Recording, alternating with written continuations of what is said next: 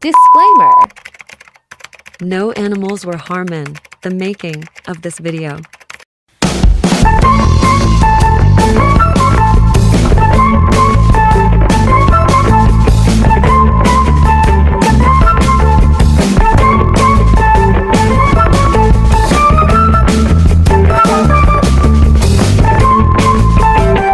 What's up again sa inyo? Kamusta kayo mga kanokis?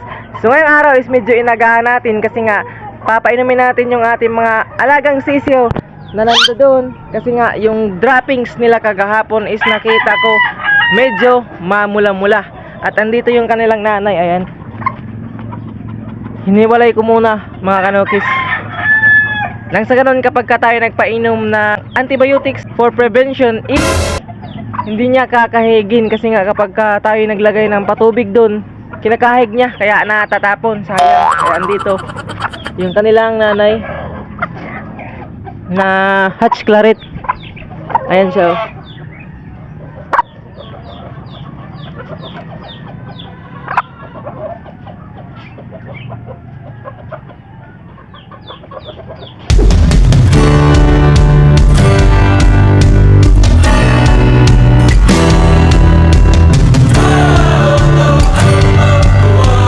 So ngayon, bago natin painumin, pakainin muna natin yung ating mga alagang sisiyo. Yung patuka pala na bigay ko sa kanila is yung ating ito na.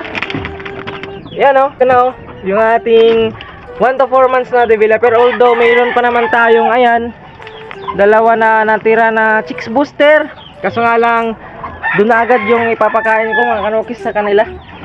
Ang sa ganun, dire-diretso na tayo. So andito, papakainin muna natin yung ating mga alaga na pasisiyo.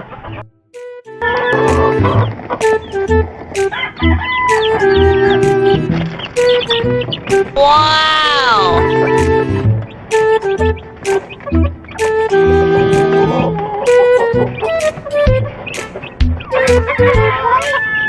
At dahil magpapainom tayo sa kanila ng for prevention is isasama na din natin yung ating 1-month-old na 5 piraso na pasisiw. Andito sila, oh.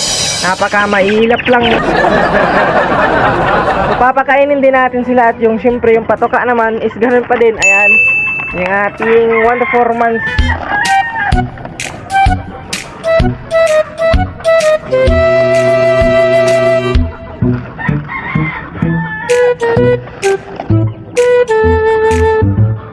At syempre para mauhaw, inalis na natin yung patubig na nakalagay sa kanilang brooder.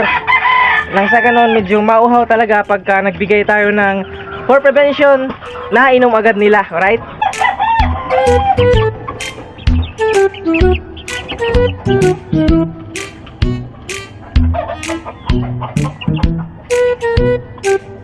Papainumin pa din natin. So andito yung droppings nila. So disclaimer lang, baka may kumakain sa inyo, so pasensya na. Papakita ko yung droppings nila, medyo goods naman. Ayan. Wala namang halong namumula-mula. Doon lang talaga sa mga pasisiw na yon is merong halong namumula. At syempre kapag yan ay napansin mo, tirahin mo na agad ng for prevention antibiotics. Yung ginagamit ko is Primoxil or Ambroxetil. Yan sa dalawa na yan, pagpapalitin-palitin mo lang. So sa grupo naman nito is goods naman, pero syempre isasama na natin kasi medyo sayang yung nabuksan natin na isang sachet na antibiotics, which is yung ating Primoxil. Yan yung droppings nila, goods naman, kaya ibilad na natin to. Yan, dito natin ibilad.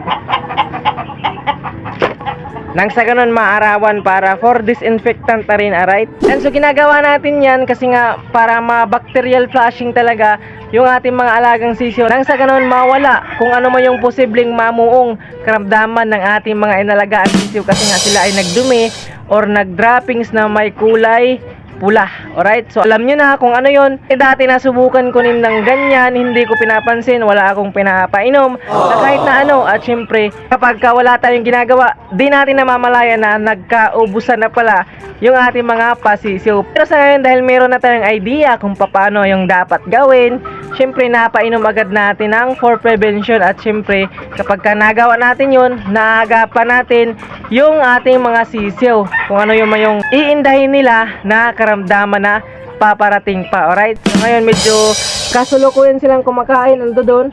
Ayan. At andito yung 5 na puti. Pagkatapos nilang kumain is titirahin agad natin ng for prevention na Primoxil or Amboxetil, kung ano mo yung hiyang na gamit mo sa iyong manukan. At ayan, so papainumin natin ng Primoxil or Amboxetil or antibiotics yung ating mga sisiyo, kasi nga medyo namumula-mula yung kanilang mga droppings. Minsan kasi nakikita natin na malusog pero meron na palang iniindang karamdaman yung ating mga sisiyo. Kaya pag di natin napansin or hindi natin namalayan, unti-unti nang malalagas yung ating mga alagang mga pasisiyo. Kaya yung minsan kung meron tayong 5, meron na lang 2 or 1 na matitirang sisiyo. Kaya ito ginawa natin, pinakain muna natin. Ayan, maya maya papainumin na natin ng for prevention mga kanukis, no?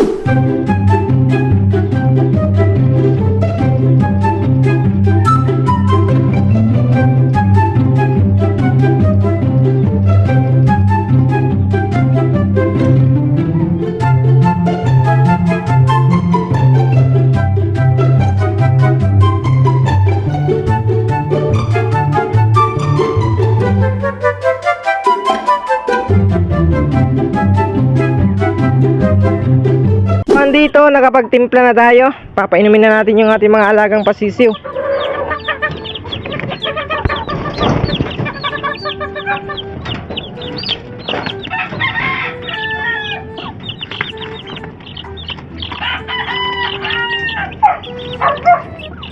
Ayan, inom agad yung ating mga alagang sisiw. Wow, naho sila.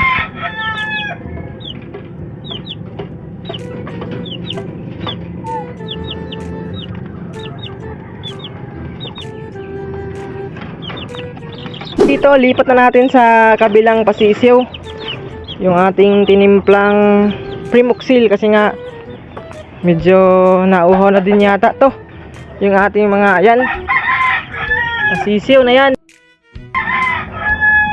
Ayan sila, oh, malalaki na mga kanukis, kaso nga lang maiilap, medyo hindi sila sanay kapag ka mayroon tao. Ayan, uminom na, tumitingin lang kapag ka lumapit tayo, tumitingin lang sa atin. At syempre kapag binuksan natin yung kanilang pintuan, ayan, oh, magsisipag, piglasan, nagpupumiglas. Ayan, kaya medyo maingat lang tayo mga kanukis. Ayan, oh, ang ating sisiyo. Ngayon naman is habang sila ay kumakain, magpakain din tayo sa ating mga manok. Ayan yung patoka natin na gamit, oh. Ayan. So dito muna yung unahin natin, yung ating pig 4 months and 3 months na mga cockerels or baby stags, alright?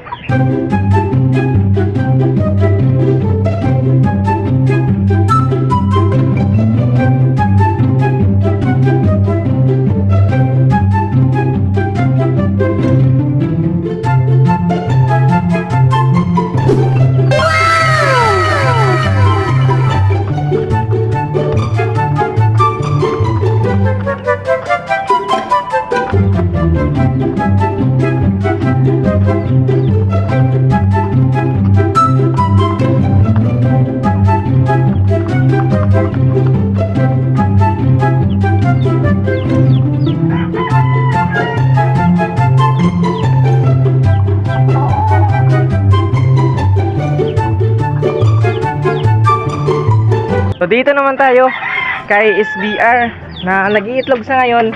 Ang pinares natin is yung ating buyugin. So papakita ko maya maya. Dito muna tayo, ayan, oh, yung ating SBR.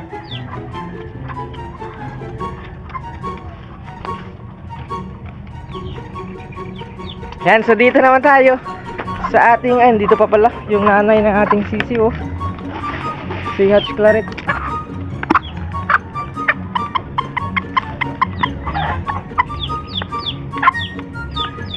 So ganyan talaga kapag mayroon pang sisiyo na kasama, di pa gaanong nagkakakain. Priority niya kasi yung sisiyo niya, kaya ayun, binigyan natin ng patoka, hindi pa kinain. Ito naman, ayan, yung mga pulit.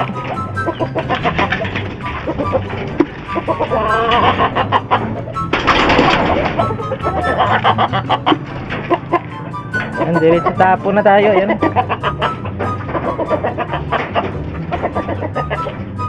Dito nga pala si Black Pumpkin tsaka si White Dome. Ayun, oh. Ayan. So, sila sa ngayon is kasalukuyang nakasalang. Dito naman si Kanaway. Andito yung aming Kanaway, oh.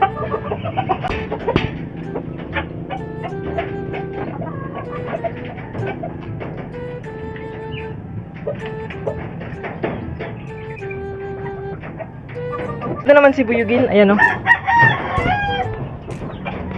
Yan. Ting pumpkin naman is andito.